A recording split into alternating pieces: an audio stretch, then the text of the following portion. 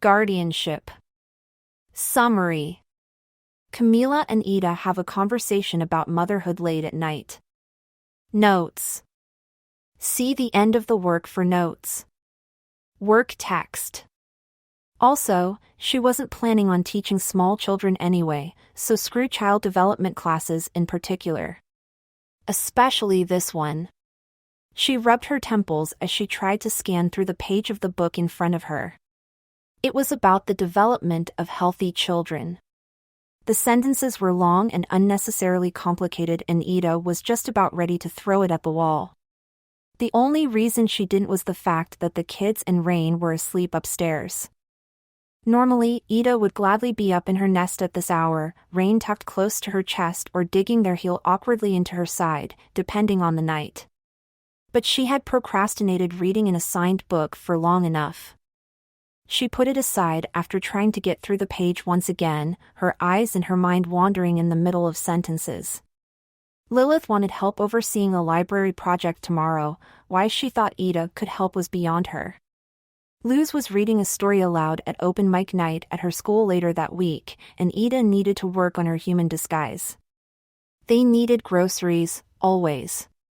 Rain had something. Ida yawned, leaning back in her chair and lifting the book back up. School sucked, no matter how old you were. She was almost relieved when there was a knock on the door a few minutes later, even if it was probably just Lilith, stalking around in the middle of the night with Hootie for whatever reason. It had been weird getting used to the fact that Hootie was predominantly staying with Lilith now. Ida got up and answered the door. Camila Nocita was standing on the other side. Oh. Yo, Ida said, not able to come up with anything better than that. She stood to the side, letting Camila in. Hello, the other woman walked inside, a small journal held tightly in her hands. Luz left this behind by accident. She has trouble sleeping without it now. I was just going to drop it off. I thought at least one person would be awake, because, well. Can I? Ida held out her hand, Camila giving her the journal. She looked up at the ceiling. Kid went to sleep real quick tonight, but that's probably because she was running around with King for hours, she said with a fond shake of her head. And because she loves it here. Camila's voice was quiet.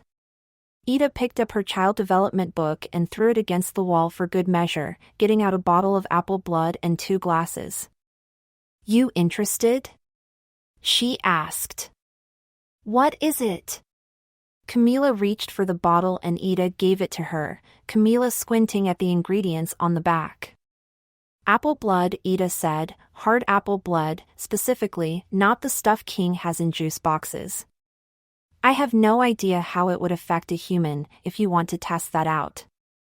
Sure, why not? Camila sat down on the couch, a curious look in her eyes, very similar to a look Ida had seen in Luz's eyes countless times.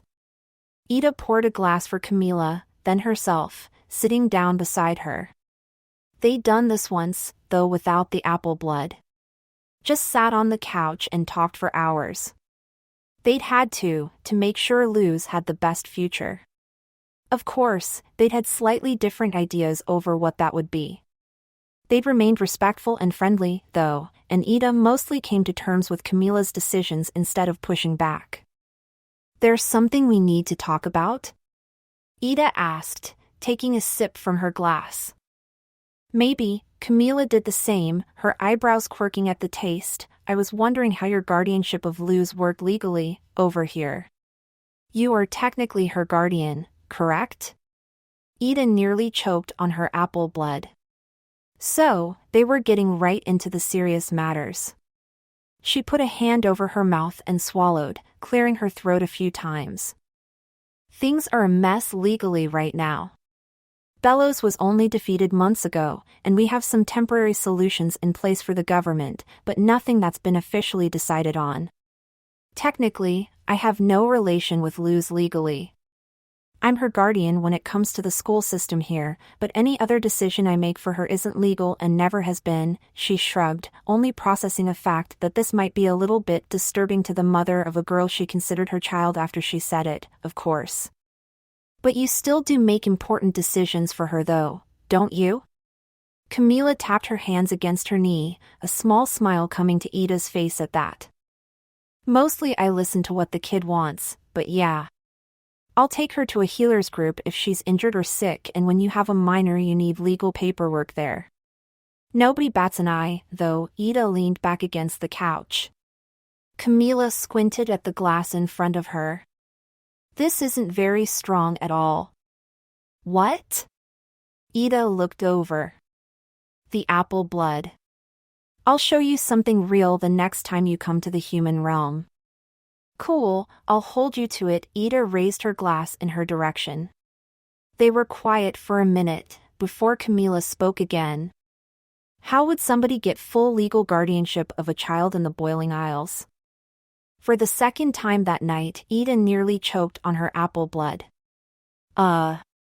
Since we don't have a very functional court right now, and a dictator did things before, I'm not sure. It's probably a lot easier now. You might just need consent from the biological parents, if applicable. So, do you want guardianship of Luz here? Ida actually choked this time, her throat and nose burning as she coughed up a mouthful of apple blood into a tissue Camila offered. What? She croaked. Do you want guardianship of Luz here? Camila slowly repeated. Of course I would, but you. You're her mom. Ida set down her now empty glass, pulling a knee to her chest. She loves you. A lot. She loves you too. That journal is full of pictures of you and King. She's shown them to me. She talks about all of you constantly. You're her family too. And she's here quite a bit. It would be safest and easiest for her if you had guardianship here, right? Just like it's best if I have guardianship in the human realm. Ida slowly nodded. The smile on her face faded, though. I don't know if I'm not the most responsible person. That kid and her brother have been in danger so many times because of me. Because of your situation, not you, Camila said. You're going to make mistakes anyway. That's something you need to remember. I made so many mistakes with Luz and I regret every last one of them.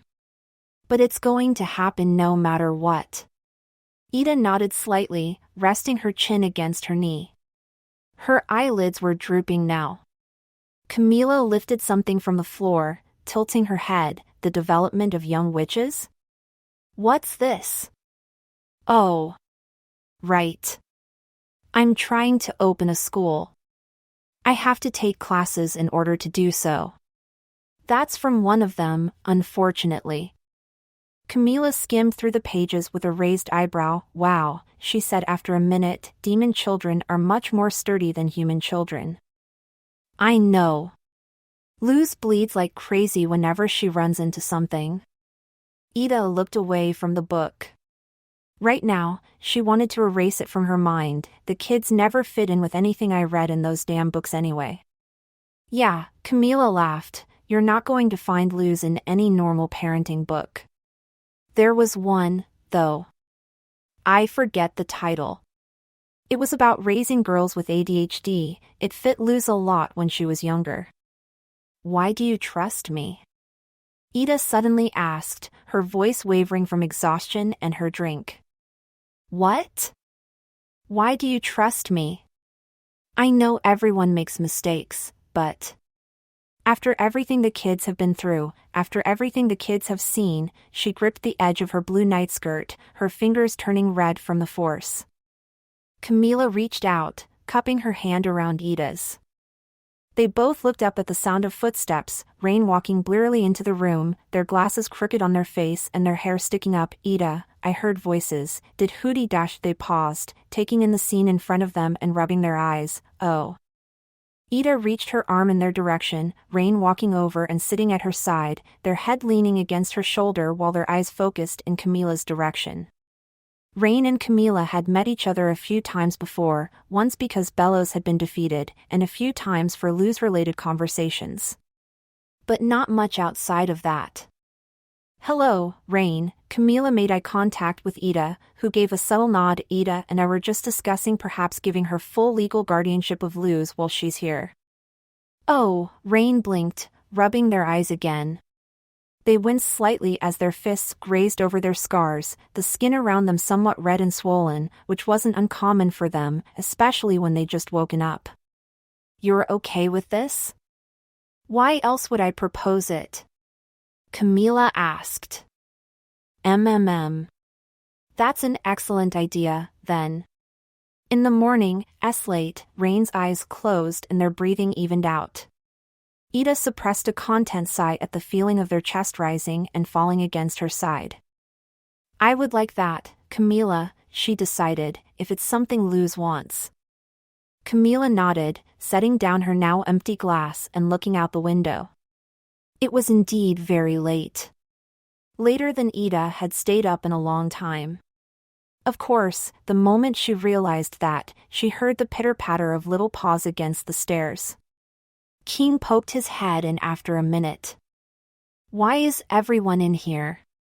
He asked, in a voice far too cheerful for the late hour. We're just talking. Ida motioned for him to come forward. He did, Camila making a cooing noise from beside Ida. I woke up and I couldn't go back to sleep, King said. I even tried reading Lilith's boring books, but that didn't work either. Ida just gave him a nod in response. An actual bedtime for anyone was an arbitrary matter in the Owl House. As long as no one was waking anyone else up, Ida didn't care. King climbed up her leg and curled up in her lap, his little body warm and comforting. He was asleep within minutes, just as Luz called out from upstairs. Where is everybody?